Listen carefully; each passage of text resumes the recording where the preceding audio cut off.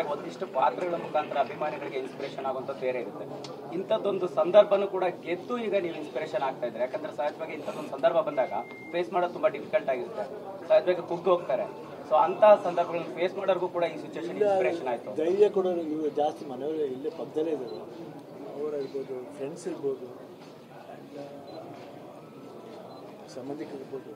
Especially ನಮ್ಮ friend circle ತುಂಬ ಜನ ಇದ್ದಾರೆ. ಆ ಥರ ವರುಣ್ ಇರ್ಬೋದು, ಇಲ್ಲ ನಮ್ಮ DKD ಒಂದು ಬ್ಲಾಕ್ ಇದೆ, ಅನುಶ್ರೀ, ಅಕ್ಷಿತಾ, ಚಿನಿ ಪ್ರಕಾಶ್ ಅವರು, ವಿಜಯರಾಘವೇಂದ್ರ ಅವರೆಲ್ಲ ಶೂಟ್ ನಡೀತಿರ್ಬೇಕಾದ್ರೆ. ಆಮೇಲೆ ಅರ್ಜುನ್ ಜನ್ಯ, ರಮೇಶ್ ರೆಡ್ಡಿ ಅವರು, ಶ್ರೀಕಾಂತ್, ಎಲ್ಲರೂ ನಾಗಿ, ಪುನೀತ್, ತುಂಬ ಜನ ದೇ ಆರ್ ಆಲ್ವೇಸ್ ಬಿಹೈಂಡ್. ಧೈರ್ಯ ಇದೆ. ಆಮೇಲೆ ಏನಾಗುತ್ತೆ ನನಗೆ ಅದ್ರ ಬಗ್ಗೆ ಕೇರ್ ಇಲ್ಲ. ಓಕೆ ನೋಡೋಣ ಅಷ್ಟೇ ಇದ್ದಿಲ್ಲ. ಅವ್ರು ಏನಾಗ್ಬೋದು, ಹೆಂಗಾಗ್ಬೋದು ಅಂತ. ಬಟ್ ಡಾಕ್ಟ್ರ್ ಮನೋರು ಅದೇ ಹೇಳ್ತಿದ್ರು, ಧೈರ್ಯ ಮೆಚ್ಚಬೇಕಾಯ್ತು. ಹೆಂಗೆ ಓಪನ್ ಆಗಿ ಹೇಳಿದ್ದೀರಾ, ಇವತ್ತು ಒಂದು ಇನ್ಸ್ಪಿರೇಷನ್ ಆಗಿದೆ. ಅವ್ರು ಬಂದು ಏನೇನಿಲ್ಲ ಆಗಿ ಎಲ್ಲ ಆಯಿತು. ಒಂದು 3-4 ಡೇಸ್ ರಿಪೋರ್ಟ್ ಬಂತು, ಪ್ಯಾಥಾಲಜಿ ರಿಪೋರ್ಟ್ ಬಂದು ಕ್ಯಾನ್ಸರ್ ಫ್ರೀ ಅಂತ ಬಂತು. ಸೊ ಅದೇ ಹೈಯೆಸ್ಟ್. ಅದಕ್ಕಿಂತ ಇನ್ನು ಹೆಚ್ಚು ಇನ್ನೇನು ಬೇಕು ಹೇಳಿ. ಟ್ರೀಟ್ಮೆಂಟ್ ಪ್ರೊಸೆಸ್ ನೀವೇ ಹೇಳ್ತೀರಲ್ಲ, ಭಯಪಡೋದೇನಿಲ್ಲ ಅಂತ ನೀವೇ ಧೈರ್ಯ ತಗೊಂಡಿಲ್ಲ. ಅದ್ರ ಜೊತೆಗೆ ಡಾಕ್ಟರ್ ಬಂದು ಧೈರ್ಯ ಕೊಡೋದಿಲ್ಲ. ಶಿವಣ್ಣ ನೀವು ಮುಗಿದ ಮೇಲೆ ನಿಮ್ಮ ಶಾಲೆಗೆ ಸ್ಟಾರ್ಟ್ ಮಾಡ್ಕೊಡಿ. ಆ ಥರದೊಂದು ಆತ್ಮವಿಶ್ವಾಸ, ಈ ಥರದೊಂದು ಸಮಸ್ಯೆ ಇರೋರಿಗೆ ಒಂದು ದೊಡ್ಡ ಪಾಠ ಆಗಿರುತ್ತೆ ಅಂತ ಆತ್ಮವಿಶ್ವಾಸ ಇದ್ದರೆ ಎಲ್ಲ ಇಲ್ಲಮ್ಮ. ಎಲ್ಲ ಮನುಷ್ಯನಿಗೂ ಸ್ವಲ್ಪ ಭಯ ಅನ್ನೋದು ಇದ್ದೇ ಇರುತ್ತಮ್ಮ. ಜೊತೆಯಲ್ಲಿ ಧೈರ್ಯವಾಗಿ ಹೋಗ್ಬೇಕಷ್ಟೇ. ಏನೇ ಆದರೂ ಪರವಾಗಿಲ್ಲ ಅಂತ ಮುಂದೋಗ್ಬೇಕಷ್ಟೇ. ಟ್ರೀಟ್ಮೆಂಟ್ ಪ್ರೊಸೆಸ್ ಈಗ 190 ಸರ್ಜರಿ ಕಠಿಣ ಸಮಯ. ಸರ್ಜರಿ ಅಲ್ಲ, ಸರ್ಜರಿನ ಒಟ್ಟಿಗೆ ಸೇರಿಸಿ ಮಾಡಿದ್ರು, ಇದೇ ಇದನ್ನು ಮಾಡಿದ್ರು. ಬಟ್ ಆ ಹೊಲಿಗೆದು 190 ಮಾರ್ಗೆ ನನಗೆ ಅದೆಲ್ಲ ಗೊತ್ತಿಲ್ಲ. ಯಾಕಂದರೆ ನಾನು ಕೇಳೋ ಪರಿಸ್ಥಿತಿ ಇರಲಿಲ್ಲ. ಅವರ ಡಾಕ್ಟರ್ ಅದ್ರ ಬಗ್ಗೆ ಹೇಳೂ ಇಲ್ಲ ನನ್ನ ಹತ್ರ. ಚೆನ್ನಾಗಿ ಆಯ್ತು. ನಿಮ್ಮನ್ನ ಗಟ್ಟಿಗಿಂತಾನೆ ಜನ ಮಾಡಿ ಹೋಗ್ಬಿಡ್ತಾ ಇದ್ದಾರೆ. ಸೊ ಅವ್ರು ನಂಬಿರೋದು ನಿಮ್ಮನ್ನ. ಸೊ ನೀವ್ ಹೇಗ್ ಬ್ಯಾಲೆನ್ಸ್ ಮಾಡಿದ್ರಿ, ನೀವು ನಿಮ್ಮಲ್ಲಿ ಹೇಗ್ ಧೈರ್ಯ ತಗೊಂಡ್ರಿ ಅಂತ ಹೇಳಿ. ಯಾಕಂದ್ರೆ ನೀವ್ ಯಾರು ಹೇಳಕ್ ಆಪ್ಷನೇ ಇಲ್ಲ, ನೀವೇ ಎಲ್ಲಾನು ತಗೊಳ್ಬೇಕು. ನನಗೆ ಡಾಕ್ಟ್ರ್ ಹತ್ರ ಒಂದು ಝೂಮ್ ಕಾಲ್ ಮಾಡಿದಾಗಲೇ ನನಗೆ ಅವ್ರನ್ನ ನೋಡಿದ್ಮೇಲೆ ನನಗೆ ಸಮಾಧಾನ ಆಗಿತ್ತು. ಆಮೇಲೆ ಅಲ್ಲಿಗೆ ಹೋದ್ಮೇಲೆ ಅವ್ರನ್ನ ಮತ್ತೆ ಮೀಟ್ ಮಾಡಿದ್ವಿ, ಅವ್ರ ಮನೆಗೆ ಹೋಗಿದ್ವಿ. ಅವ್ರ ಮೇಲಿದ್ದಿದ್ದು ನಂಬಿಕೆ ನನಗೆ ತುಂಬ ನಂಬಿಕೆ ಇತ್ತು. ಇಲ್ಲಿ ನಮ್ಮ ಡಾಕ್ಟರ್ಸ್ಗಳೆಲ್ಲ ಸಜೆಸ್ಟ್ ಮಾಡಿದ್ದು ಆ ಡಾಕ್ಟರ್ ಮನೋ ಅಂತ ಹೇಳ್ಬಿಟ್ಟು. ಅವ್ರ ಮೇಲೆ ಭಾಳ ಫೇಮಸ್ ಅವರು. ನಮ್ಮ ಕನ್ನಡದವ್ರು, ಆ್ಯಕ್ಚುಲಿ ಕನ್ನಡ ಮಾತಾಡೋರು, ಅವರು ಬೇಲೂರವರು. ಆಮೇಲೆ ಇನ್ನೇನು ಇಲ್ಲಿಂದ ಅಭಿಮಾನಿಗಳಾಗಲಿ, ನೀವುಗಳಾಗಲಿ, ಮತ್ತು ಪ್ರೆಸ್ನವರಾಗಲಿ ಎಲ್ಲ, ಆಮೇಲೆ ಗೊತ್ತಿರೋ ಫ್ರೆಂಡ್ಸು ಎಲ್ಲರದ್ದು ಪೂಜೆ ಮತ್ತು ಆಶ್ವಾಸನೆ, ಆಮೇಲೆ ಪ್ರೇ ಮಾಡಿದ್ರು ಅವರು. ನಾನು ಹೆಂಗೆ ಪ್ರೇ ಮಾಡಿದ್ನೋ ಅದಕ್ಕಿಂತ ಚೆನ್ನಾಗಿ ಅವರೆಲ್ಲ ಮಾಡಿದ್ರು.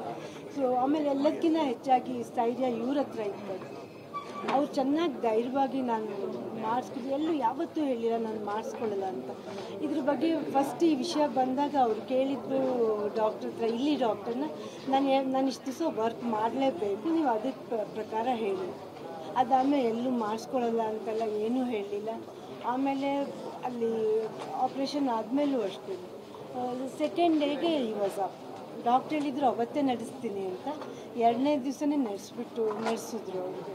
ಎವ್ರಿ ಡೇ ಈ ಬಿಕೇಮ್ ಬೆಟರ್ ಆ್ಯಂಡ್ ಬೆಟರ್. ಆಮೇಲೆ ಡಾಕ್ಟ್ರು ನಮಗೆ ಇದ್ರ ಬಗ್ಗೆ, ಯಾಕಂದರೆ ಹೀಗೆ ಅವರು ಇನ್ಸ್ಪಿರೇಷನ್ ಆಗಬೇಕು ಬೇರೆ ಜನರಿಗೆ ಅಂತ, ಯಾಕಂದರೆ ಏನೂ ಮುಚ್ಚಿಡಲಿಲ್ಲ. ಆಮೇಲೆ ಅದನ್ನು ಮಾಡ್ಕೊಂಡು ಇವತ್ತು ನಿಮ್ಮ ಮುಂದೆ ನೀವೇ ನೋಡ್ತಾ ಇದ್ದೀರಾ. ಸೊ ಅವ್ರು ಇದ್ರ ಬಗ್ಗೆ ಒಂದು ಡಾಕ್ಯುಮೆಂಟ್ರಿ ಮಾಡಬೇಕು ನೀವು ಅಂತ ಹೇಳಿದ್ರು. ಏನೋ ನಾನು ನಿಮಗಿನ್ನ ಚೆನ್ನಾಗಿ ಒಂದು ಸ್ವಲ್ಪ ಇಂಟರ್ವ್ಯೂ ಮಾಡಿದ್ದೀನಿ, ಶೂಟ್ ಮಾಡ್ಕೊಂಡಿದ್ದೀನಿ. ಅದಕ್ಕೆ ಡಾಕ್ಯುಮೆಂಟ್ರಿ ಯಾರ ಹತ್ರ ಮಾಡಬೇಕಂತ ಇವಾಗ ನೋಡಬೇಕಿಲ್ಲ. ಹೌದು, ಅದು ಸೌತ್ ಬೀಚ್ ಅಂತ, ಅಲ್ಲಿಗೆ ಹೋಗಿದ್ವಿ, ಅವಾಗ ತೆಗ್ದಿದ್ದು. ಒಳಗಡೆಗೆ ಇವ್ರ ಹತ್ರ ವರ್ಕ್ ಮಾಡಿದ್ದೆಲ್ಲ ಡಾಕ್ಟರ್ಸ್ದು ವೀಡಿಯೋಗಳಿದೆ. ಆಮೇಲೆ ಅವರು ಫಸ್ಟ್ ಡೇಯಿಂದ ಹೆಂಗೆ ಬೆಟರ್ ಆಗ್ತಾ ಬಂದರು ಅದನ್ನು ಎಲ್ಲನೂ ಮಾಡಿದ್ದೀನಿ. ಗೊತ್ತಿಲ್ಲ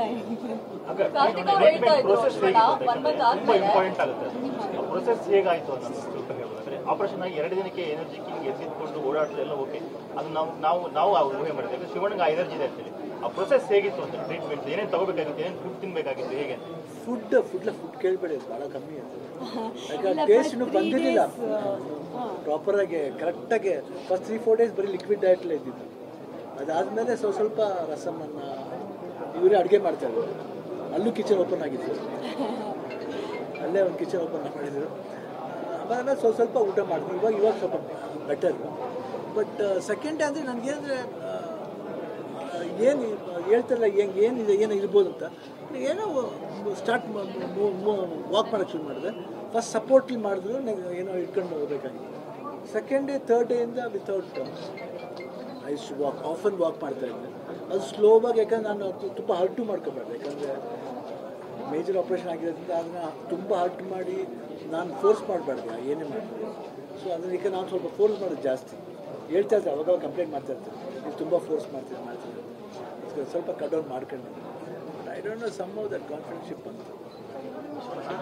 ಅನಾರೋಗ್ಯ ಅಂತ ಬಂದಾಗ ಕ್ಯಾನ್ಸರ್ ಆಗಲಿ ಬೇರೆ ಯಾವುದೇ ಸಮಸ್ಯೆಗಳು ವ್ಯಕ್ತಿಗಳು ಕುಗ್ಗಿ ಹೋಗ್ತಾರೆ. ಸೊ ಈವಾಗ ಒಂದು ಪ್ರೋಸೆಸ್ಸಲ್ಲಿ ನೀವು ಎಲ್ಲೂ ಕೂಡ ಒಂದಷ್ಟು ಎಮೋಷನಲ್ ಆಗಿ ಅನ್ನೋದು ಬಿಟ್ಟರೆ ಎಲ್ಲೂ ಮಾನಸಿಕವಾಗಂತೂ ಬಿಟ್ಟಿಲ್ಲ. ಆ ಥರದ ಅನಾರೋಗ್ಯ ಸಮಸ್ಯೆ ಆದಂಥ ಸಂದರ್ಭದಲ್ಲಿ ಹೇಗಿರಬೇಕು ಅನ್ನುವಂಥ ಒಂದು ಸಜೆಷನ್ ಕೊಡ್ತಾರೆ ಶಿವಣ್ಣ ಈ ಸಂದರ್ಭದಲ್ಲಿ. ಇಲ್ಲ, ನಾನು ಕೊಡಲಮ್ಮ, ತಾನೇ ಬರುತ್ತಮ್ಮ. ಅದು ಅದು ಜೀವನನೇ ಒಂದು ಪಾಠ. ಅದು ನಮ್ಗೆ ಕಲಿಸುತ್ತಮ್ಮ. We go on doing that ಅಷ್ಟೇ. ಬಟ್ ನಮ್ಗೆ ಸಪೋರ್ಟ್ ಹೇಳ್ದಲ್ಲ, ಅದೇ ಥರ ನೀವು DKD ಒಂದು ಸಪೋರ್ಟ್ ಇರ್ಬೋದು. ಇಲ್ಲ ಭಾರತೀಯನಗರ ರಿಲೀಸ್ ಆಯಿತು, ಅವಾಗ ಸಿನಿಮಾ ಚೆನ್ನಾಗಿ ಹೋಗ್ತಿತ್ತು, ಅವಾಗ ಪ್ರಮೋಷನ್ ಅಂತ ಹೋಗ್ತಿತ್ತು. ಅವಾಗ ನನಗೆ ಐ ಡ್ not have that in mind. ನನಗೆ ಇದಕ್ಕೆ ಕ್ಯಾನ್ಸರ್ ಇದೆ, ನಾನು ಹೋಗ್ಬೋದಾ, ಮಾಡೋಕ್ಕಾಗುತ್ತಾ? ಇಲ್ಲ, ನಾನು ಧೈರ್ಯ ಮಾಡ್ದು. ಇಲ್ಲಿ ಹೇಳ್ತೀವಿ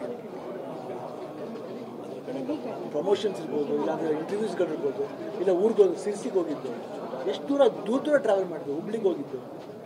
ಸೊ ಆ ಟೈಮ್ ಎಲ್ಲೋ ಒಂದು ಕಡೆ ಯಾವುದೋ ರೂಪದಲ್ಲಿ ಬಂದು ನನಗೆ ಒಂದು ಒಂದು ಒಂದು ಮೆಡಿಸಿನಲ್ ಆಗಿರ್ಬೋದು, ಇಲ್ಲ ನನ್ನ ಕರಿಯರ್ ಇರ್ಬೋದು, it use to boost me.